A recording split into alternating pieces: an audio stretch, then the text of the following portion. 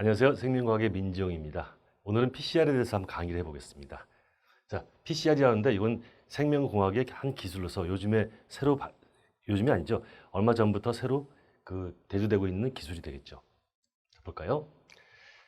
자, PCR이라고 할 때는 중합효소 연쇄 반응이라고 이렇게 보통 이제 말을 하는데 오늘 할 거는 이 연쇄 반응과 PCR과 그거에 대한 이용을 한번 여러분들한테 강의를 해보겠습니다. 자, 맨 처음에 이 중합효소 연쇄 반응이라고 하는데 그게 무엇이냐 이렇게 놓고 보면 첫 번째 DNA 특정 부분을 반복적으로 복제한다.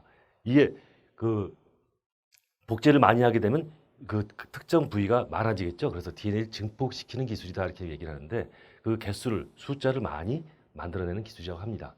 그 DNA가 증폭되는 시간이 이 특징이 DNA 증폭되는 시간이 굉장히 짧고 그다음에 아주 적은 양으로 많은 양의 DNA를 얻을 수 있다. 특정 DNA를 똑같은 DNA를 얻을 수 있다라는 그런 얘기가 되겠습니다.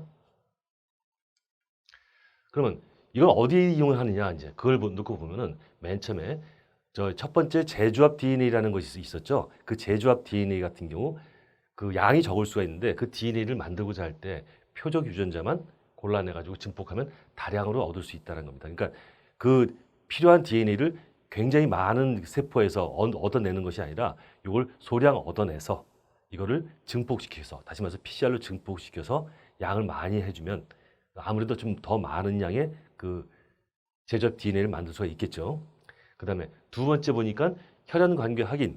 다시 말해서 이게 친자 확인하는 거 있지 않습니까? 그 친자 확인을 하는 거겠고, 그 다음에 범인 판별 등에 이용한다는데 범인 판별 같은 경우는 뭐 예를 들어서 침 속에 들었다. 어떤 사람이 담배를 피고 버렸다. 범인이라고 추정되는 사람이 그 속에 침 속에 DNA가 있는데 그 DNA 양이 무척 작기 때문에 그 적은 양을 많이 증폭시키면 많은 양을 얻을 수 있겠죠. 그래서 그걸 분석에 용이하다 이렇게 볼 수 있겠습니다. 그 다음에 세 번째 보니까 유전적 질병이나 바이러스 감염에 대한 질환의 진단에 연결된다 했을 때 마찬가지로 그 양 자체가 적기 때문에 그 적은 양을 많은 양으로 늘리기 위해서는 PCR을 사용한다. 상당히 유용한 기술이죠. 자, 그리고 그 과정을 놓고 본다면 맨 처음에 우선 필요한 게 있겠죠. 그래서 이건 여러분들이 꼭 기억하셔야 됩니다. 자, PCR을 위해서는 두 개의 프라이머가 뭡니까? 여기부터 복제를 시작해라 하는 신호가 되는 부분이죠. 그 프라이머. 그다음에 열의 저항성이 큰 DNA 중합효소. 이게 이제 뒤쪽에서 말씀을 드리겠지만 상당히 높은 열에 의해서 열에서 높은 온도에서 이 작업이 일어나기 때문에 그거에 견딜 수 있는 효소가 필요합니다. 우리 보통 일반적으로 효소는 그 열과 pH에 매우 민감하죠. 그래서 이제 그런 부분에 견딜 수 있는 중합효소가 필요하고, 그다음에 당연히 복제를 하는 거기 때문에 네 종류의 디옥시리보 뉴클레오타이드를 필요로 합니다. 이게 DNTP라고 하는데 이것도 저번에 나왔었죠. 자, 그다음에 두 번째 프라이머라고 하는데 프라이머 아까 말씀드린 것처럼 어떤 DNA 합성 과정에서 그 주형 DNA 3' 말단에서 부착돼서 그 출발점 여기부터 시작해라 하고 하는 그 출발점을 역할을 하는 짧은 DNA 가닥이라는 건데 여기서부터 시작하는 거기 때문에 이걸 프라이머, 다시 첫 시작점이다 이렇게 보시면 되겠습니다. 그 다음에 세 번째, DNA 중합효소. 마찬가지로 아까 말한 DNTP, 네 종류의 DNTP가 상호적으로 결합할 수 있으려면 거기에 맞는 DNTP가 필요하고 그 DNTP를 서로 연결시켜 줄 수 있는 효소가 필요하죠. 그래서 그 DNA 중합효소가 필요하더라. 이 아까 말씀드린 것처럼 중합효소는 열에 잘 견디는 중합효소가 될 겁니다. 그다음에 이제 디옥시리보뉴클레오타이드 해가지고 DNTP라고 했죠. 당연히 필요한 거니까 여기서 말씀을 생략하겠습니다. 자, 그다음에 DNA 중합효소라고 했는데 이거에 대해서 조금 더 말씀을 드리면 그 PCR 하는 과정에서의 그 온도에 대한 필요성을 여러분들이 알 수 있을 겁니다. 자, DNA 중합효소는 이 고온에서 반응이 진행됩니다.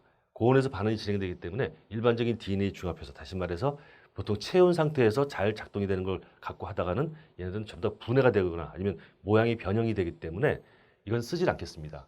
따라서 일반적인 중합효소를 이용할 수 없고 고온에서도 변성되지 않는 DNA 중합효소를 이용한다 했습니다. 이게 어디서 나온 거냐면 여기 뒤에 있습니다. 극호열균에서 얻었다 했는데 이게 어디냐?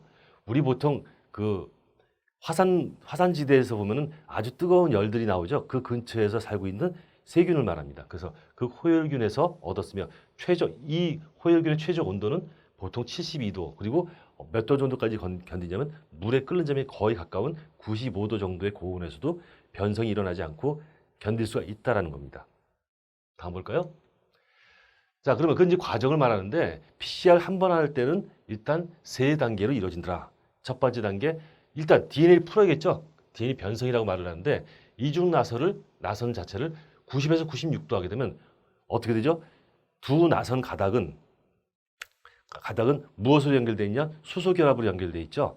당연히 수소결합으로 연결되어 있는데 이것을 높은 열을 가하게 되면 이 90에서 96도 열을 가하게 되면 얘네들이 풀립니다. 풀려서 단일 가닥으로 분리가 되겠고 분리되는데 단일 가닥은 각각의 DNA 가닥은 새로운 DNA를 합성하는 주형이 되는 거죠. 하나의 틀이 되는 겁니다. 그러면 그게 분리가 된 후에 이번에 이제 복제를 시작해야 되니까 어디 시작점을 하냐? 특정 염기 서열을 갖고 있는 프라이머와 결합을 해야 됩니다. 프라이머와 결합하는데 이때 프라이머 결합하기 위해서는 다시 수소 결합을 해야 되기 때문에 온도를 낮추는 겁니다. 그래서 온도를 50에서 65도 정도로 낮춰주게 되겠죠.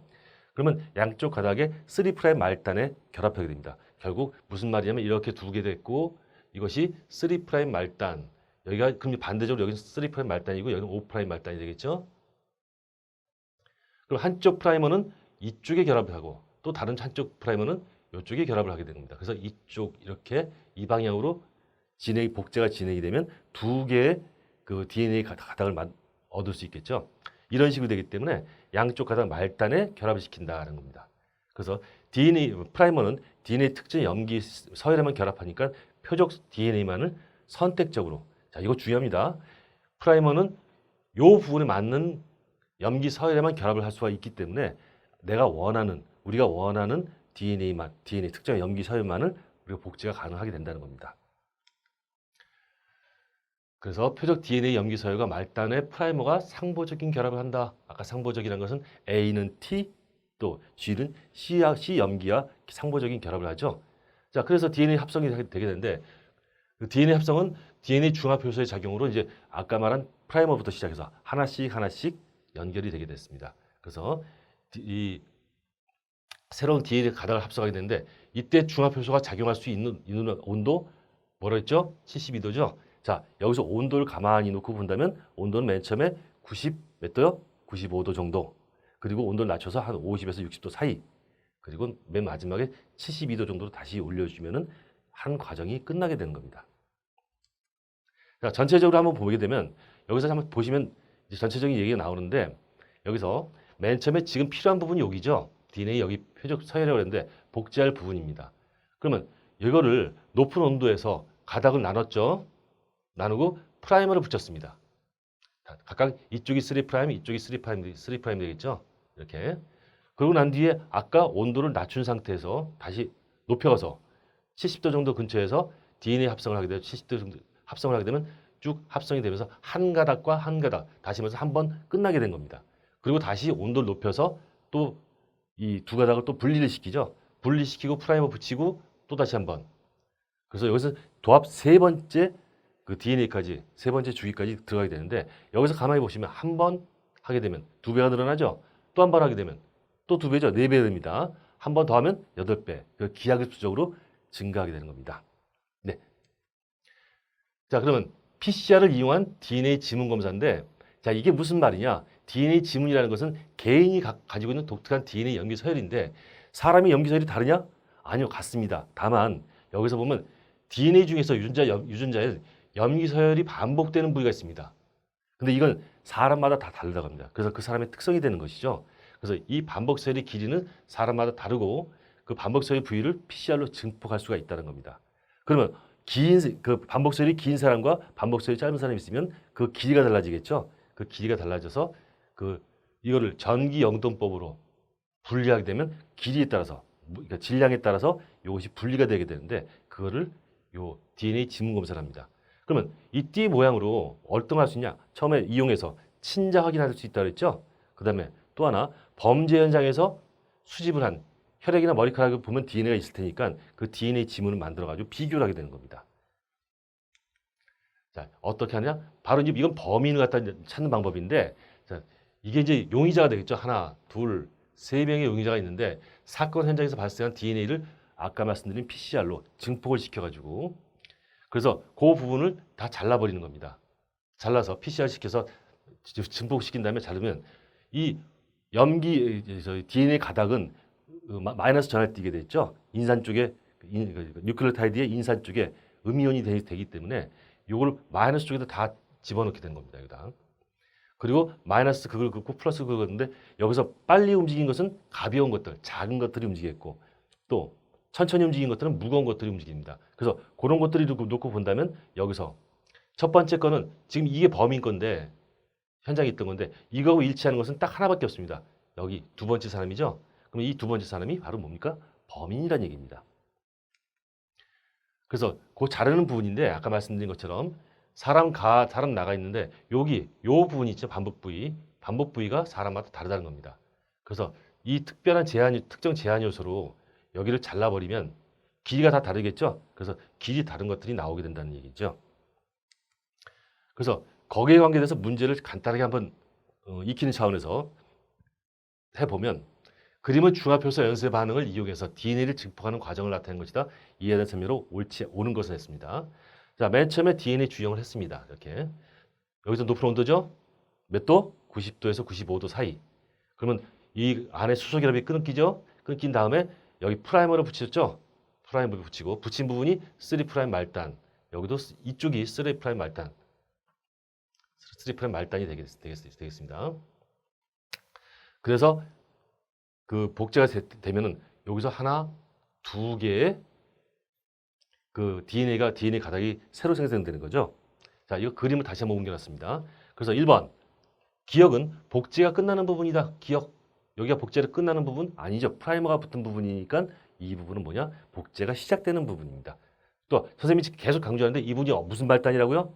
그렇죠. 3' 말단입니다. 잊지 마십시오. 두 번째, 가 과정은 체온 범위에서 실시한다. 이 과정 풀어버리는 거죠. 수소 결합이 끊어져야 되기 때문에 체온 범위에서 시작하면 이건 나만 아는 DNA가 없죠.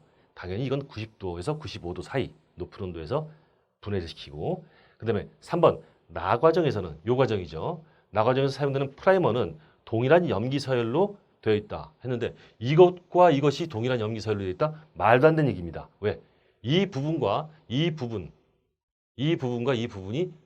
서로 이것과 이것이 상보적이기 때문에 여기와 여기는 같을 수가 없다는 얘기죠. 같을 수가 없기 때문에 이거는 같은 염기 서열이 되질 않는다는 얘기입니다.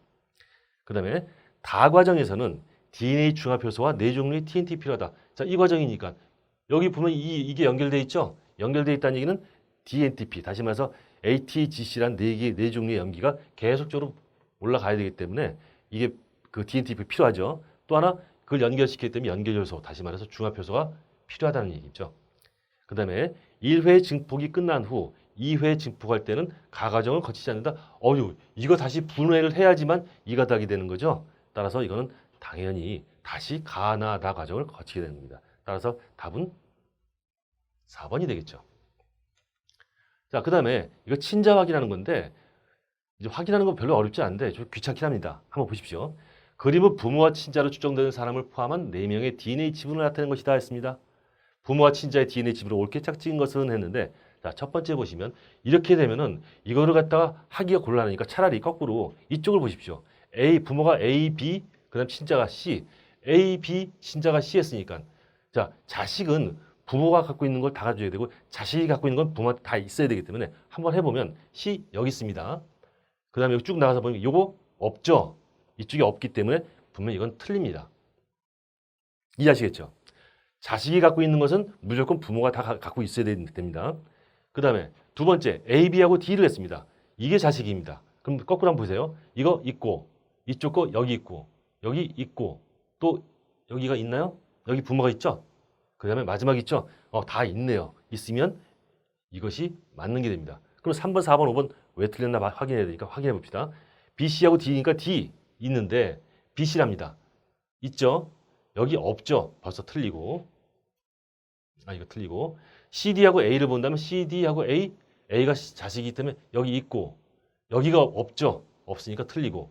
AD와 B, AD와 B 여기 처음부터 없죠? 당연히 틀리게 되는 겁니다. 자, 여러분들이 요 친자 확인하는 요 방법도 수능에 많이 나오는데 한번 확인해 보시고 그 다음에 도움이 됐으리라 생각되고 여기서 오늘 마치겠습니다. 예, 안녕히 계십시오.